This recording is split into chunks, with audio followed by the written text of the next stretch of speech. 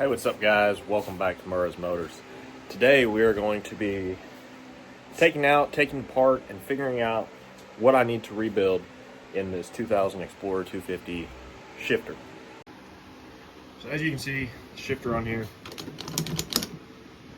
focus, kind of has a whole lot of wiggle.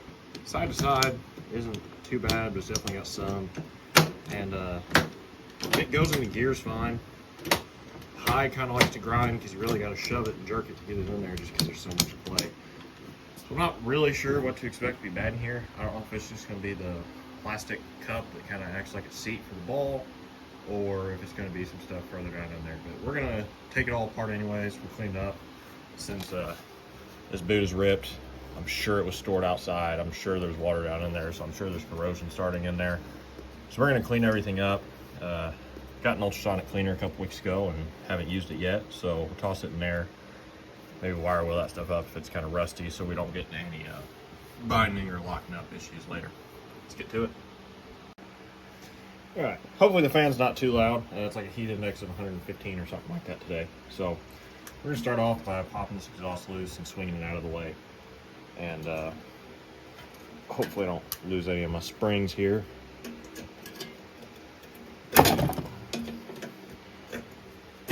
If you watched maybe the easier way, my video of putting the motor in, putting exhaust on, you'll know I hate messing with these springs, because these are not wore out as much as some. Ouch. Which is good for the exhaust, but not much fun when it comes to taking them out.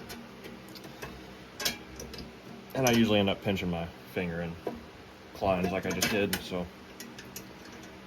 definitely not an enjoyable experience. I do not recommend. Alright, so now we got that out of the way, we're going to take the two shift linkages off here. So you can see here, there are two shift linkages, and they're faced opposite directions. So it's the same thing, the tie rods are, it's basically one of their tie rods. Now they're probably different lengths. I wouldn't buy a tie rod and try to use it here, but it may work. I have no idea. These are smaller though.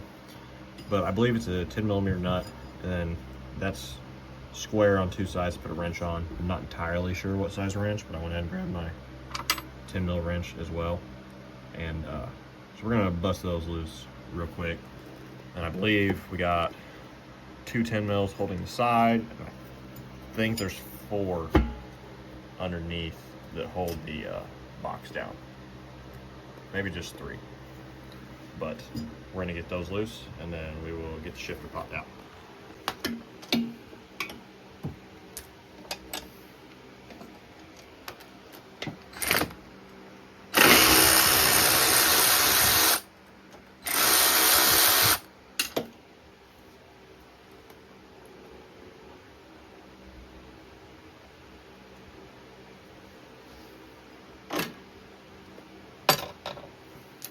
Alright, we got these two linkages loose. They were just 10mm wrench and nuts. Make sure you're in neutral when you do that, so everything goes back together nice and you don't end up all screwed up in what gear the shifter's in and what gear the transmission's in. So now we are going to try to get in here and pop these two dudes loose. Carefully, since we're rubbing on the side of the jug there.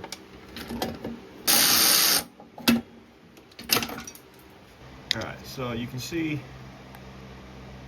if I can get my camera to stay, 2 of these up in here. The third one is kind of further up in there, more of a pain. So that is what we are going after.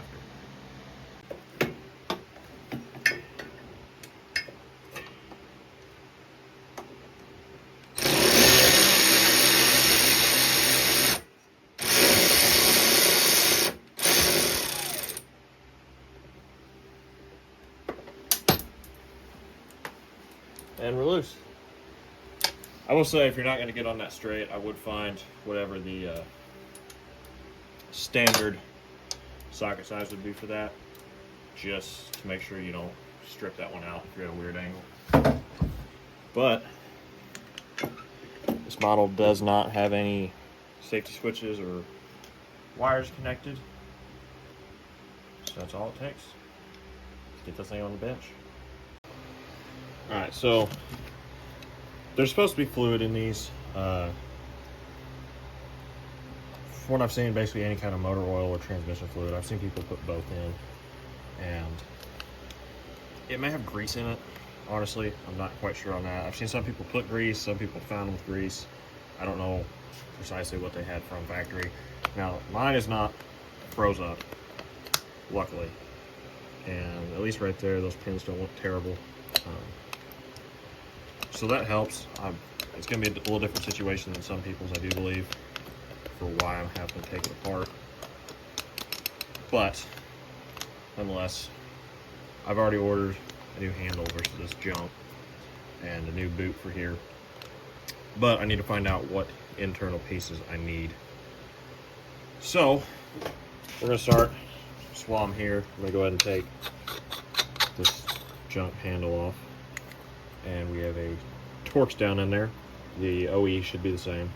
So let me find out what size that is real quick. So this is a T25 Torx screw down in there, which is the same, I believe, as what holds on the screw for the clutch cover vent. I can get this thing off of here. Something to note, and this definitely isn't as sloppy as I thought it was after getting that junk handle off, but there's still some, and just like anything else, it's worth going through on this thing. Well, I'm waiting for other parts anyways. This is spring loaded down here, and there are some springs inside, so be careful when you're taking it apart that you don't eject those springs in orbit. Even if this thing isn't as completely slopped out as I thought, it's still worth taking apart. Especially since it's been filled with water. And sitting for who knows how long.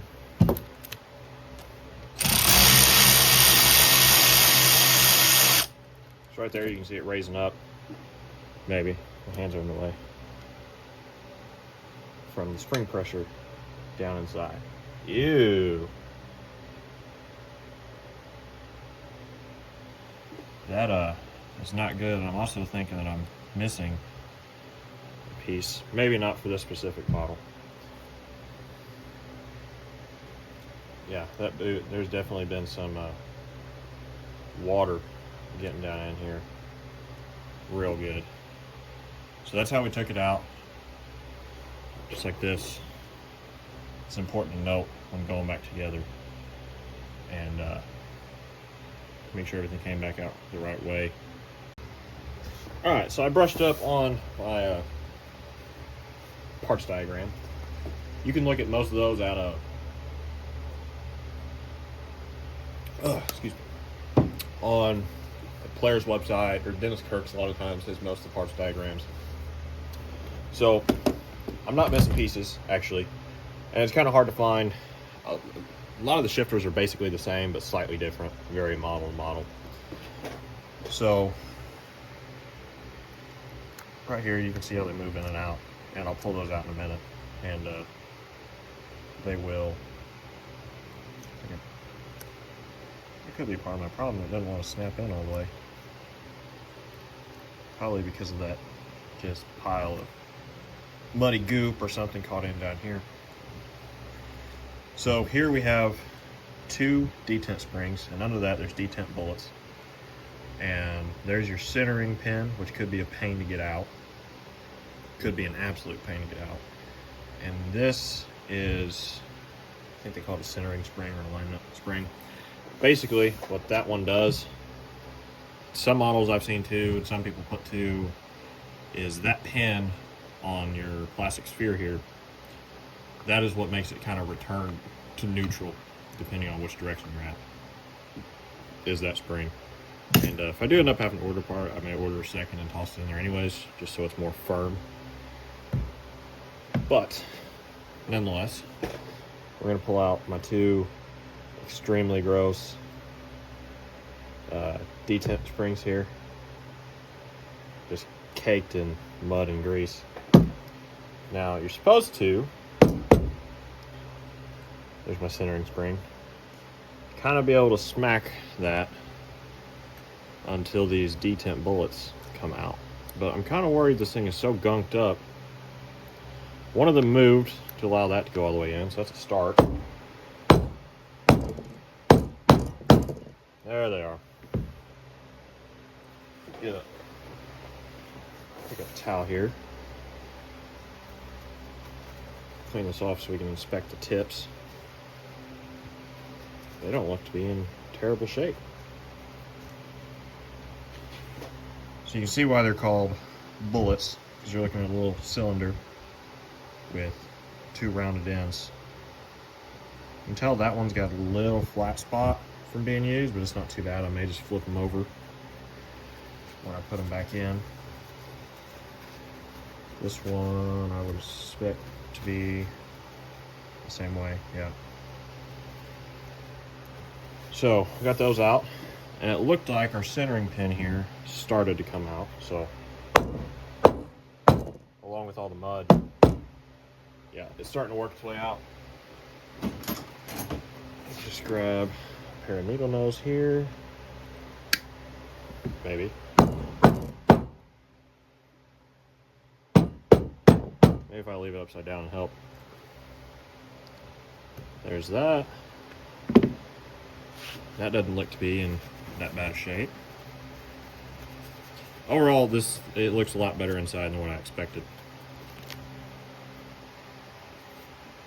So that pin looks pretty good. Surprised it actually came out.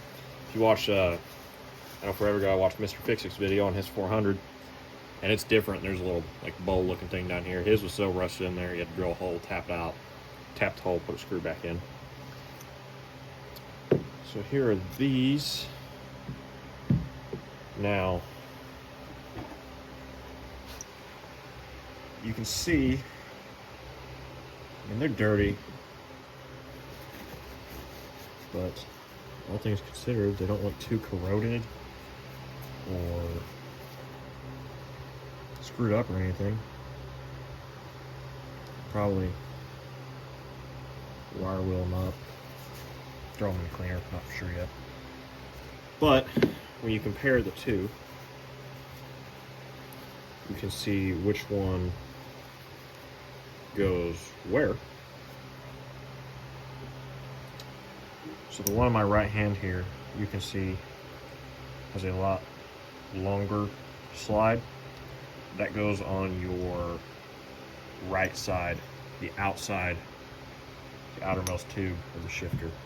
And I didn't really look when I was messing with it. I don't remember if that's your, I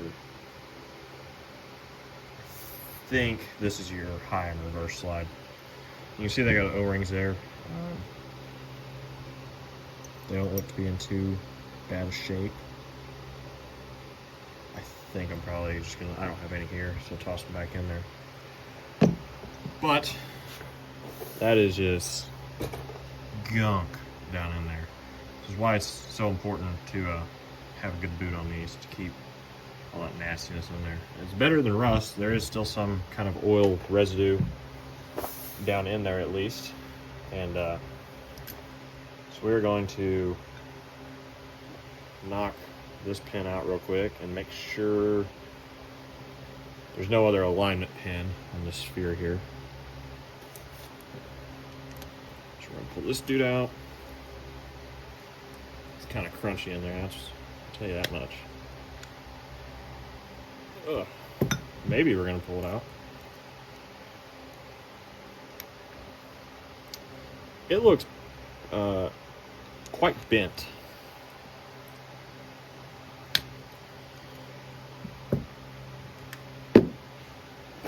Yeah, that is I do not believe that pin right there is supposed to be bent. As you can imagine, there's not supposed to be a bent pin in there. So the diagram, again, only calls for one of these short little springs down in there on the side. Like I said, I know I've seen people put 2 in there. I don't remember if anyone's pulled 2 out. I don't know somehow if only the pressure on one side would be enough to bend that solid pin or not. But something through the years in its hard life obviously has. And this was on the side with the spring, so I'm not for sure. I've reached out to somebody on if it's worth putting 2 springs back in there. But anywho, we got that pin out. So this dude should just slide off. And it doesn't really look too wore out. But if I have to order a pin and anything anyways, if they're not outrageously expensive, which they very well could be, I may go ahead and just replace this being a plastic wear piece. And well, you're not supposed to be able to do that, but that's junk anyways. And it's kind of like a CB axle boot looking clip on here. There it is, screwdriver in my pocket. See if we can just pop that off. There we go.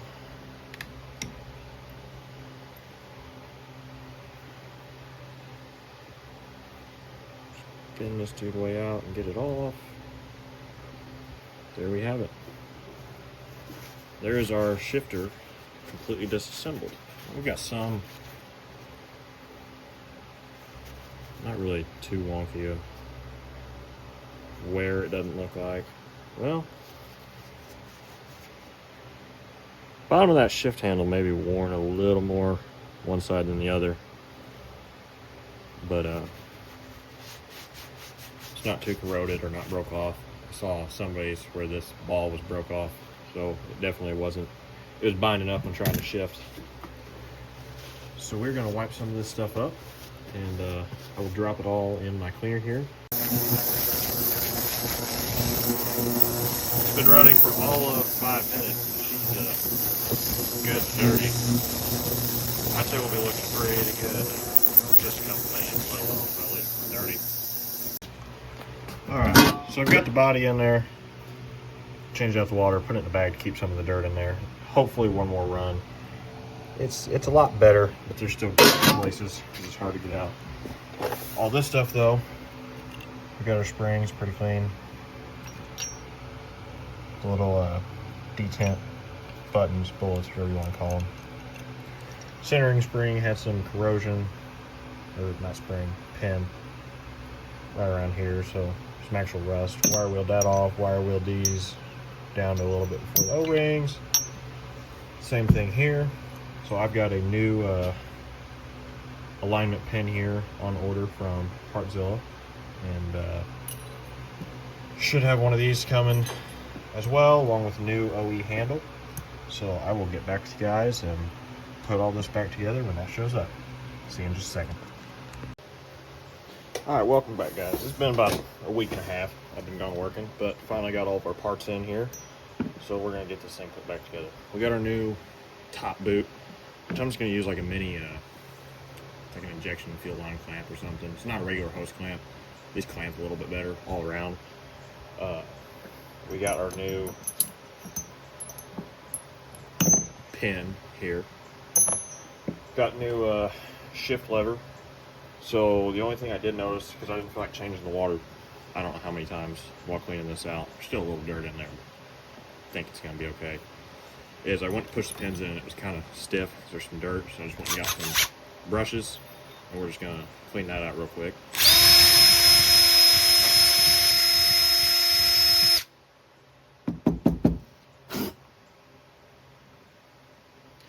It's pretty good down through there. Alright, so now I'm going to go ahead and put the shift lever together. So I think this boot should just slide all the way down as far as it'll go, but I'm not going to quite clamp it yet. When you put it together, so this is how it will sit in the ATV, like that. Now if you'll notice, there's a rounded part and a squared part. You can see where it matches up on the body. So we'll slide it down with that, lined up the way that it needs to go, as long as I can get it to slide past this bend here.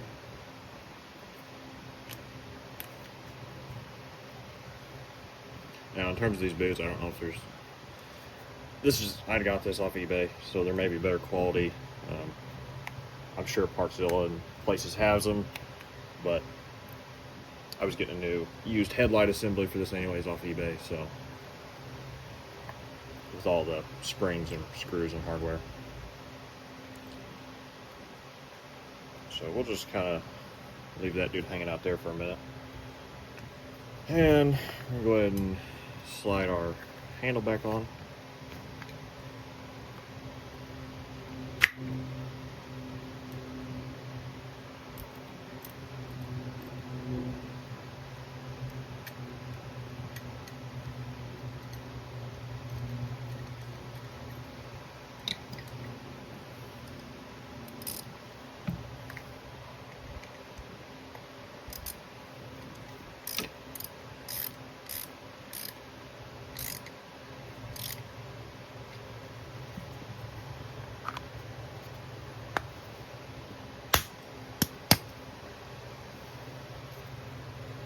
Alright, so now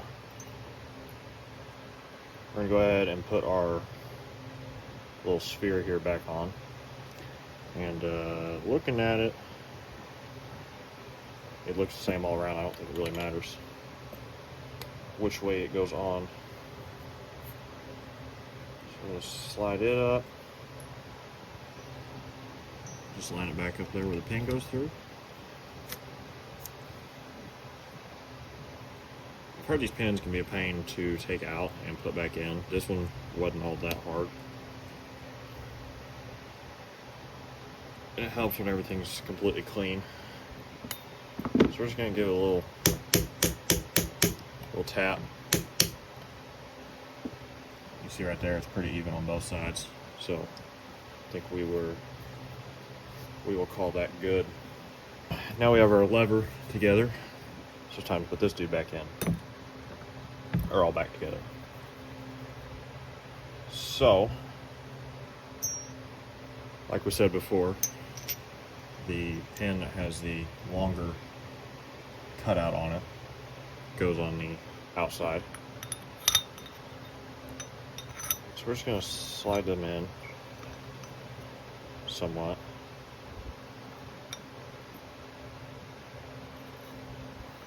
Actually, we're gonna put motor oil down in here once we are, that's what we're gonna use as a fluid. And so I'm gonna get just a touch and put on these pins to make it a little easier to slide them in there, especially on the O-rings. And that's better than ripping the O-rings off as well. Do a longer one first.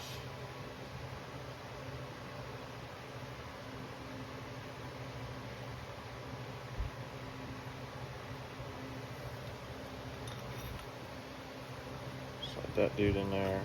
Oh yeah, much better. Hopefully these O-rings are good. I mean, they were keeping water in there, so I'd probably advise swapping them out, but I'm not going to worry about it. If it's leaking oil, I can always take it back apart.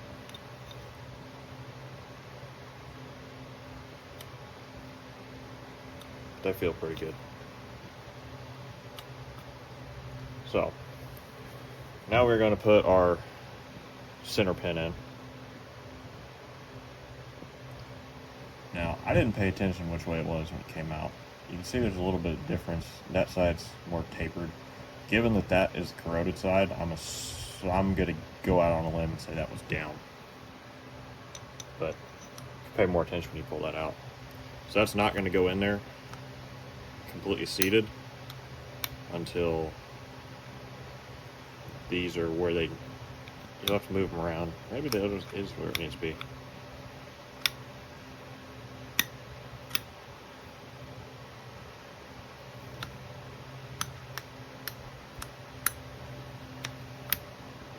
Yep. So it fell in there pretty well immediately. Now, we're going to put our little detent buttons down in there. You can see the sides that were in there. I'm just going to flip them and put the still more rounded sides down.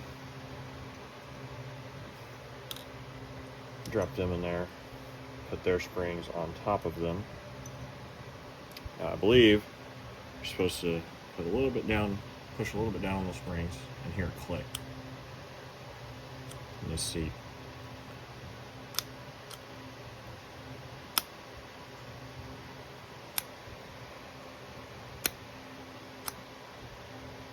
I mean, they're going in there and not letting it back out, so I think we're good.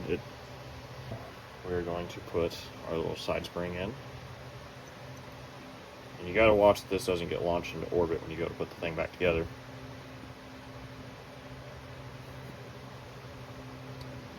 So, I'm going to go ahead and just dump this cap of oil in there. When you put fluid in these, I've seen some people grease them, some people put ATF. I was told to put motor oil. You just want to put enough that it covers the top of those sliders. If you put any more, I guess it can kind of hydro lock. So we're just going to put oil in there until it's just barely skimmed over the top of those pins.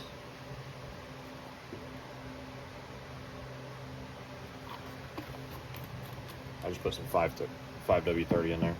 That's what I had on the shelf. So can't really tilt it. See if I hold it mostly level. You can see it's just barely over the top of those pins. So that's what we're rocking with. Alright, now let's put our boot back on. And when you go to put this back in, obviously you're going to be fighting spring tension. So we're going to carefully set this dude in there.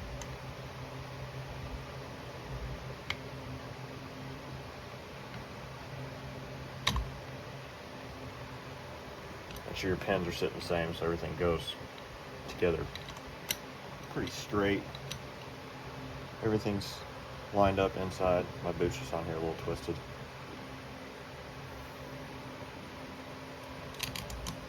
So now we're going to try to get this started. Without cross-threading the living daylights out of it.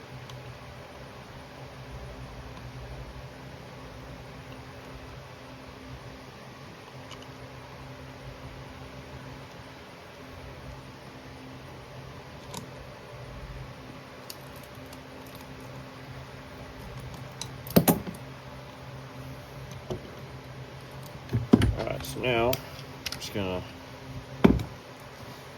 tighten these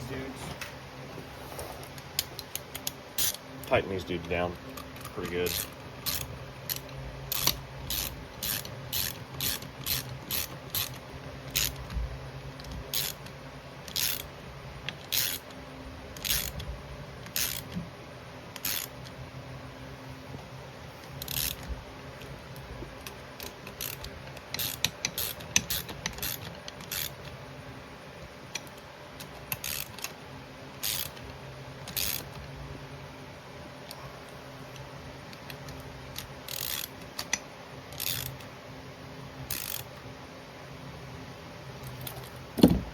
And there we have her, folks. Straight up, got our high popping out, reverse. Low's a bit of pain because you got that spring pressure to keep it lined up with high and reverse. But there's low gear. You see that.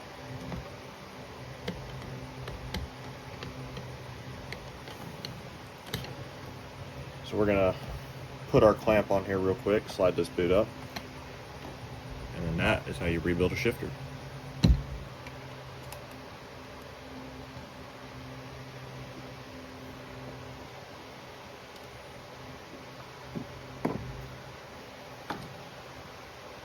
And there we have it. That right there. That's how you rebuild. At the very least, a Polaris 250 shifter. But I do believe that most of them, even that are a little bit different, like 400s, they're pretty well all the same. They might just have some slightly different internal parts as always, guys, thanks for watching. It didn't end up being that much of a pain of a job. It's mostly just getting into it and figuring out where your slop is or what your problem is, why it could be locked up from corrosion or whatever, and then going from there with cleaning or replacing parts or whatnot. So hope that helps anybody in the future, and hopefully the video turns out my hands weren't in the way the whole time or something like that. But as always, thanks for watching. Catch you guys later.